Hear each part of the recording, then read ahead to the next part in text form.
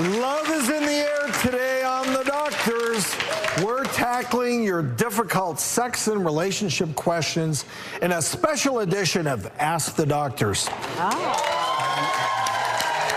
Psychologist Dr. Cortney Warren joins us to help you with your relationship woes. So our first question comes from Dee Dee, and I see Dee Dee in the audience. How can we help you? Well, I am recently out of a 20-year relationship, and I just want to put my best foot forward and not fumble. So I want advice about how to dip my toe back into the dating pond. Good question. And Dr. Warren, Courtney, Yes. we're going to let you take it away. Breakups are so tough, right? And you were in a 20-year relationship. Yep. This is like getting divorced. This Yep. is a long time. Yes. And one of the hardest things about breakups is that your whole life changes, right? Absolutely. Your ex isn't there anymore. You might have to move. Yep. The routine of your day is going to be totally different. All of the above. All of the above. Yep, And then for there's sure. how you actually felt about your ex. Yes. And grieving that and Yes. getting over that. Yes. So while all that drama is happening, you have to then recreate yourself as a single person, right? And start fresh. And ask yourself some really profoundly hard questions that are super important, like, who am I? And where am I going now? And what do I want to do with myself? And what do I hope my next relationship Will looks look like, yeah. So when people ask me about relationships, what I usually say is, the apps are probably a little bit scary. Yes. You've never done them. Yeah. The dating is going to be feeling really new. What I really want you to do is focus on yourself and be okay.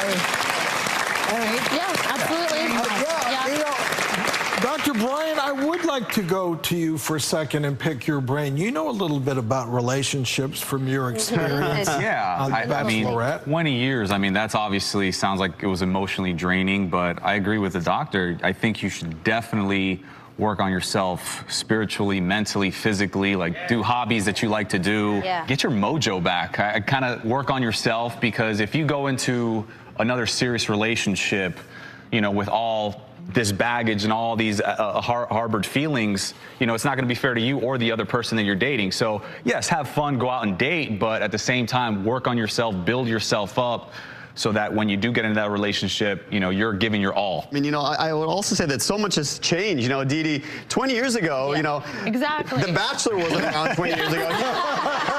There were no apps. Couples therapist to The Bachelor, and Tinder wasn't around. You know, people weren't swiping left, swiping right. They were actually meeting people. And you know, my only words of advice to you that I will say to you: there is a lid to every pot. That's what I tell the people that I treat every time. Yeah. And so go out there and just remember that there's a lid to, you know, the beautiful, intelligent pot that you are. Just go out and find your lid. That's what I'm going to leave you with. Okay? Oh my And you are beautiful.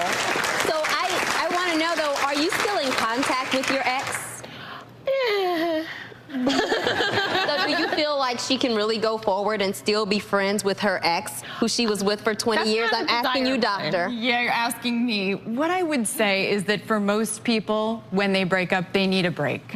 They need some time. Yeah. And it's possible that you and your ex could be friends, depending on your relationship at some point, and it's possible not. Right. But for the moment, No. I would say you need abstinence. You need some space I like to that, reinvent abstinence, yeah. yourself. Yeah, absolutely. I agree. Thank you. Sounds good. Well, Dee Dee, best of luck.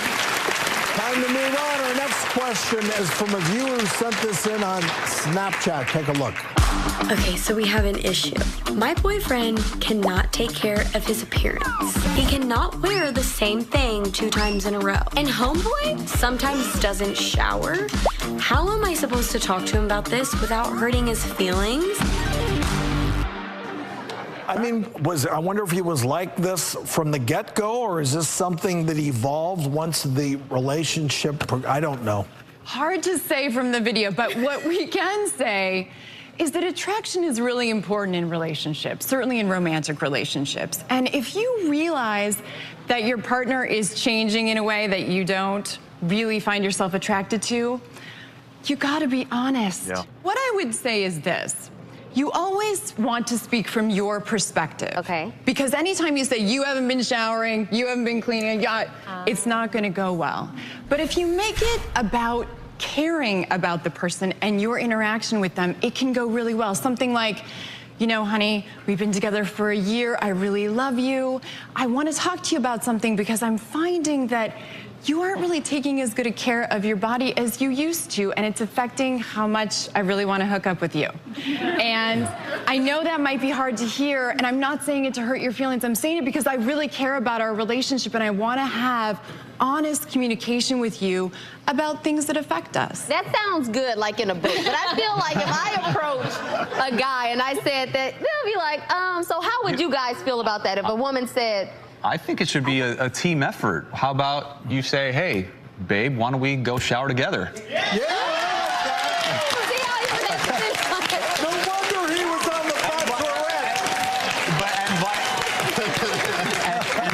And vice versa. I think you should both hold each other accountable. Like Rachel and I actually have this thing where, you know, we always told ourselves, like, we want to stay in great shape. Yeah. So if you ever see me fall off, just let me know. But don't let me know so directly. Right. So rather than say, babe, you're gaining some pounds, it's, hey, babe, let's go to the gym together. So, don't just say. It's hey, let's go to the gym. So we go together, we work out, and I'm not saying too much, but she gets the point. And I have to say, you know, I sort of do, you know, when my boyfriend comes home, he's an ER doctor, he works pretty much all nights. When I'm waking up and he's coming home at 8 o'clock in the morning, he don't look or smell his best. It's like, I tell you right now. You're home.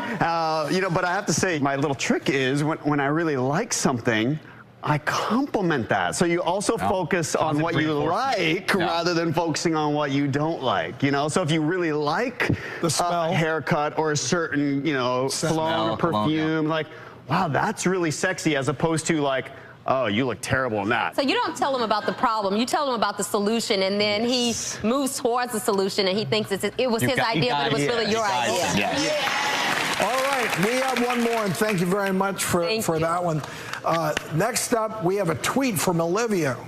I think this one's going to be for you, Dr. Nita. Is it safe to use essential oils as lubricant during sex?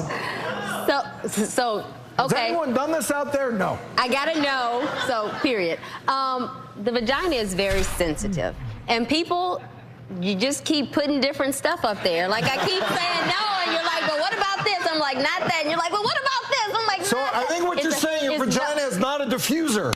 No. There you go. Diffuser is something else. It's like a pot, you turn it on, and it can... I love it.